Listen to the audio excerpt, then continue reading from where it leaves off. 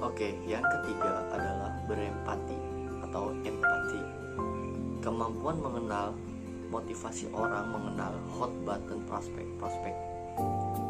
Nah, motivasi bisa dapat dari banyak cara. Bisa dari cara ngobrol, bisa dari raut wajah, bisa dari besar kecilnya perusahaan Anda.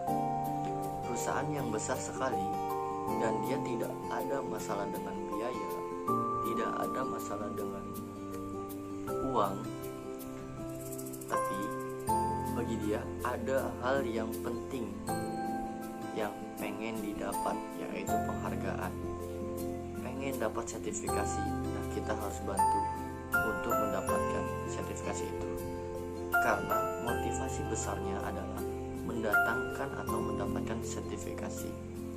Itu namanya empati. Ketika kita mengenal hot button prospect, Anda akan menjadi orang pertama yang dipertimbangkan. Wah, kalau menurut contohnya gini, dari konsumen, menurut saya sales yang terbaik adalah James Dewey, sales nomor 1. Ada lagi global consultant, itu McKinsey yang nomor 1. Jadi bagaimana caranya, kayak customer itu harus mempertimbangkan Anda jadi nomor 1. Oke, yang keempat, mengantisipasi kebutuhan. Antisipasi adalah kemampuan penting, sangat-sangat penting, karena kemampuan Anda menunjukkan value. Banyak orang melihat, wow, kamu ini perusahaannya hebat, cuma nggak ada yang tahu. Ini namanya mengantisipasi. Jadi kita harus ada antisipasi, ada harus jawaban buat kalau misalnya kayak customer itu nanya. Contohnya gini, apa sih yang dicari sama customer? Oh, cari ini. Ya, jadi kita udah ada jawabannya untuk pertanyaan-pertanyaan yang di luar itu. Contohnya gini, oh, bapak ini cari apa? Oh, cari ini. Oh, gini pak, ada nilai yang bisa kita berikan seperti ini.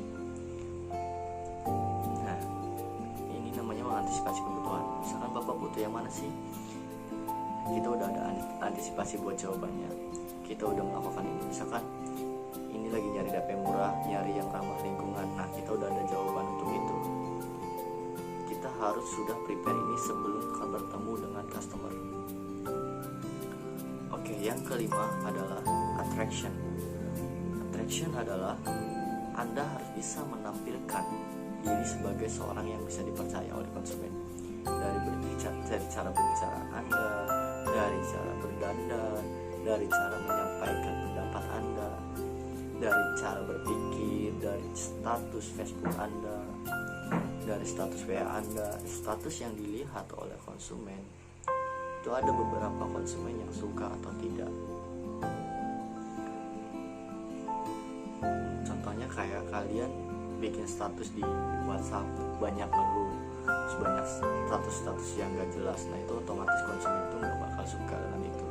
Tapi kalau misalkan status kalian yang positif, yang tentang produk penjualan produk Anda, nah, itu akan membangkitkan energi positif orang itu yang disebut attraction. Sales profesional itu tidak menjual perusahaan, tapi menjual diri.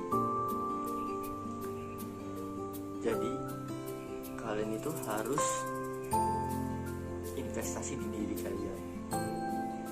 Dari contohnya investasi baca buku biar ngobrol sama konsumen itu nyambung.